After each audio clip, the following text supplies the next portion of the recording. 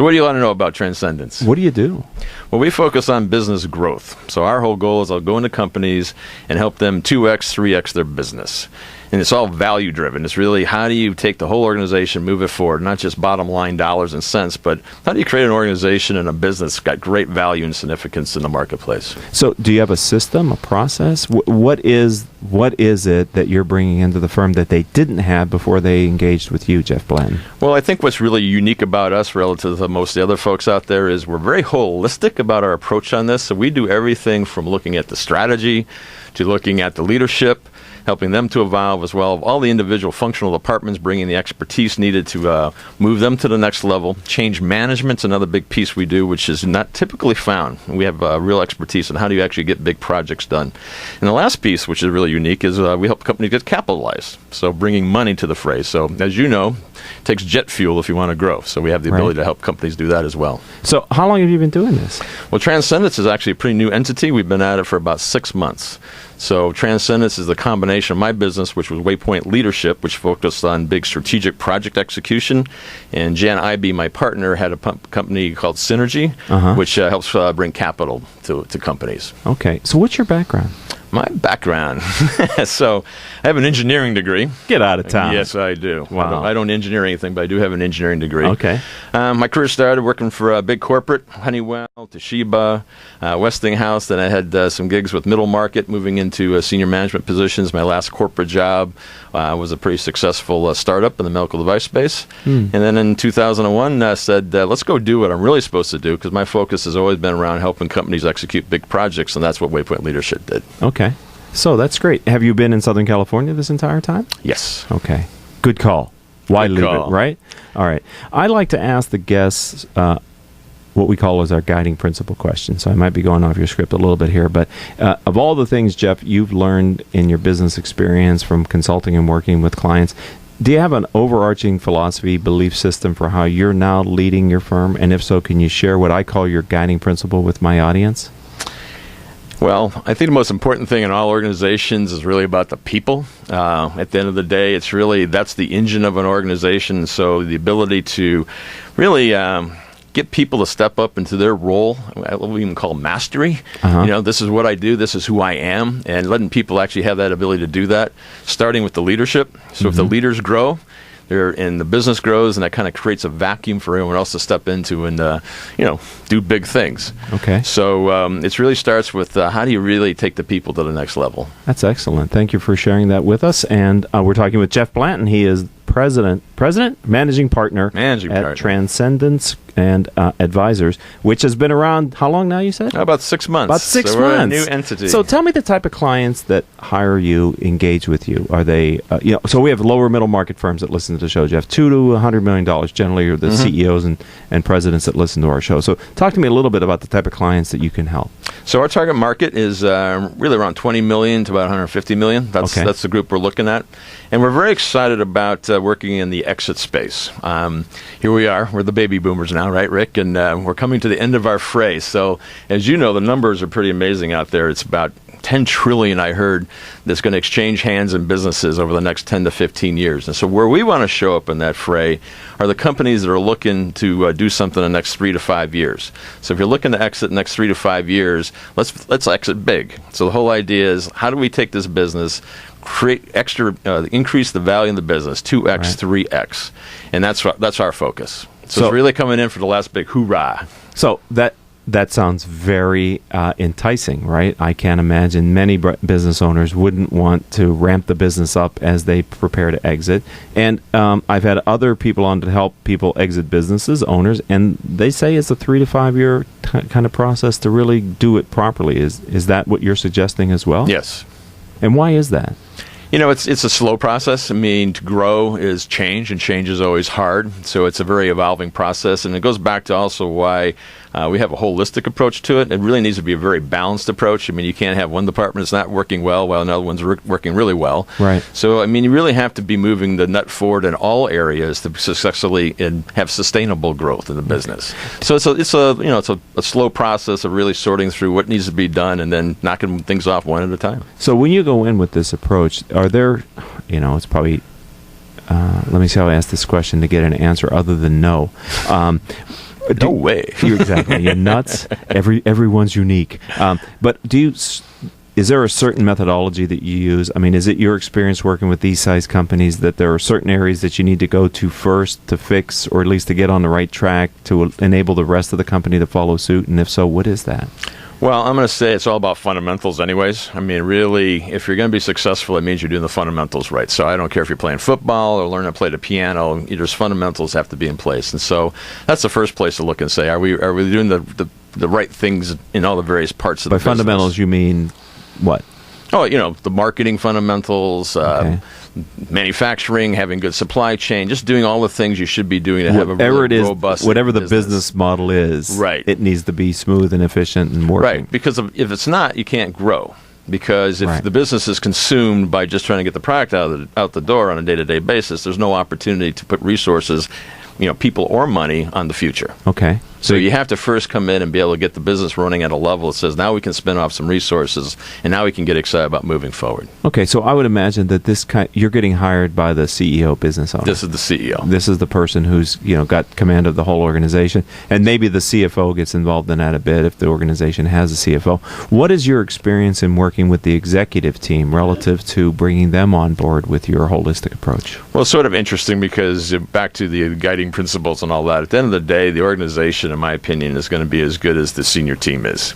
So wherever they're at today is really a reflection of them. Right. So that means if we're going to do something significant, so not just little minor changes, but really move the nut forward, it really means these guys and girls have to say, all right, I'm willing to change. I'm willing to take on some new and exciting things in my life and start to look at the world a little differently and to move this nut forward. So at the end of the day, it really all starts with them. It starts with the leadership team. So when we go in to talk to companies, we're there to try and understand where they are sort of operationally, but we're also trying to filter through the senior team and say, are these folks really wanting to do something? Mm-hmm. We have pointed questions around, what's your vision? Where do you want to go? If they don't have one, they're probably not a good client for us. Okay. And sometimes they have a different vision, don't they? I mean, I would think in your questioning, you might help the CEO to discover that even the people on her leadership team may have a slightly different version of what the future state is. For sure. That's not an uncommon thing. Right. Which is a problem. Right. You've got to not only work on the fundamentals of the business, but if you're going to set the company in a direction, it needs to have a very similar point towards which they're heading. And to that point, one of the things that we like to do that I think is kind of unique is really going back to really the core of the leader. And so not just the leadership team, but the leader, the business owner, the CEO, and really coming back and saying, when you started this business 20, 30 years ago, what was it you really were trying to do? And have you hit that? And really trying to understand who they are. Okay. Because once again, we're talking about change, and the person who's really got to change is going to start with the leader. Right. There's no silver bullets in this thing, like we come in and turn some knob and it gets better. If you really want to move the business forward... You mean there's just not a knob in there that you turn? Well, we turn a lot of knobs, but we haven't found that magic. Darn, I was hoping there was just one knob. We're going to get that out of you in the next segment. We found the magic knob to be the leader of the organization. So we even drill back into, who are you? What do you bring to the party? What are your strengths? What are your skills? Are you playing to that? Right. What's motivating you? What gets you excited? What's going on in the business? Not just trying to drive the bottom line, but what would really motivate you? So if you kind of go back to the market we're playing in, I mean, my perfect picture at the end of a 5-year run is, we doubled or tripled the bottom line, but also everyone's crying because you're leaving, Rick, and everyone said, man, that was the best ride I ever had. Those last 3-5 years. Yeah, it was amazing. I've grown. Look where we are today. I've taken on. I mean, that's the sort of story you want to hear. So we want to build that kind of value in the organization. But that's only going to come from the leaders really stepping out and saying, how do we go get this thing done? And start to paint some vision above and beyond just let's just get profit. But, where else are we going to do here? Right. We only have about 2 minutes till our next commercial break, Jeff, but I found it interesting the way you questioned the founder, who is the CEO, about their initial vision for the business, because it's kind of interesting that maybe you helped them to bring it full circle, right? You started this business for a reason, and maybe you didn't get there. Can we help you get there? Well, as you know, it's hard. It is hard. And we get very caught up in the day-to-day business. And, how many businesses just get stuck? We get to a certain level, and that's where we are, and that's sort of our capabilities, and even kind of lose our passion often, right? I mean, in some cases, I think people just want to put some, lipstick on the pig and say, let's just get out of here. I'm tired. Right. So... our program is about getting people excited and motivated and saying, I see a new hill, and let's go take the hill. That's where we want to play. And hence the name Transcendence Advisors. So in our tagline or our mission statement is we want to be a catalyst. So we want to be the guys that really start to get you excited, start thinking about the possibilities of what this business could be, and we want to be a guide. We want to be the folks that are standing there walking this walk with you up to the top of the hill. Excellent. We're talking with Jeff Blanton, and we will continue the conversation. I'm going to spend a little bit of time on the lipstick on the pig idea when we come back. So don't go anywhere, ladies and gentlemen. We'll be back after these words from our sponsors. Welcome back to this edition of Critical Mass Radio Show. Jeff Blanton of Transcendence Advisors is our guest in the studio. I'd like to thank and acknowledge our listeners who download our radio show as a podcast. Not all of you listen to us live on octalkradio.net, and we appreciate our podcasting listeners. Last month, you downloaded over 18,000 episodes of our radio show. We here at the program appreciate your continued and growing support. Of course, all of the shows can be heard live on octalkradio.net or rebroadcast from Apple iTunes, Stitcher.com, Spreaker.com, hundreds of business websites whose CEOs have been our guests on our show, and the company has put the player on their website, as well as other business-oriented podcasting services. You know, Jeff, I joked a little bit before the break about coming back and talk about the lipstick on the pig, but, off mic, we were sort of talking about, there were some tough years for baby boomer business owners, 8, 9, 10, whatever they might be, but they were more than 1 year, multiple years across a lot of different industries.